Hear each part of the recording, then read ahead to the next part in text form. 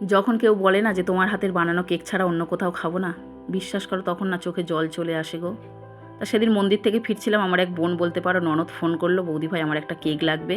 তা প্রথমে রাজি হচ্ছিলাম না, কেননা বাড়িতে খুব মিস্ত্রি কাজ করছে আর শরীরটাও কদিন ভালো নেই। কিন্তু ওই যে না, ওর আবদার শুনবে না, ওর বার্থডেতে করে দিয়েছিলাম পিঙ্ক কালারের একটা পান্ডা কেক, সেম ডেকোরেশানে একই হোয়াইট কালারের একটা পান্ডা কেক, ওর এক রিলেটিভের জন্য নেবে। তা সত্যি এই কথাটা কিন্তু আমি একদিনে শুনিনি গো, যে তোমার হাতের বানানো কেক ছাড়া অন্য কোথাও খাবো না। এর পিছনে কিন্তু আমার অনেকটাই কষ্ট আছে। আমার সংসার সামলে, আমার ছেলের পড়াশোনা সামলে, সব একা হাতেই করে এই বিজনেসটাকে আজকে দাঁড় করিয়েছি।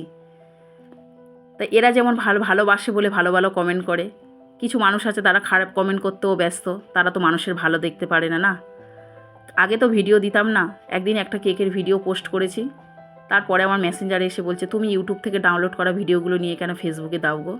তা তাকে বলছি ভাই তুমি বোকা না ইউটিউব বোকা বলো তো। তা তোমার এই বোকা প্রশ্নের অ্যান্সারটা, যার এই কেকটা ডেলিভারি হয়েছে, এই বোন, তার ছবিটা আমি এখানেই দিয়ে দিলাম। এই বোন আর যারা আমাকে ভালোবাসে তারাই তোমার এই অ্যান্সারটা দিয়ে দেবে। প্লিজ বন্ধুরা, এই কমেন্ট, একটা কমেন্ট তোমরা করো। টাটা, ভালো থেকো।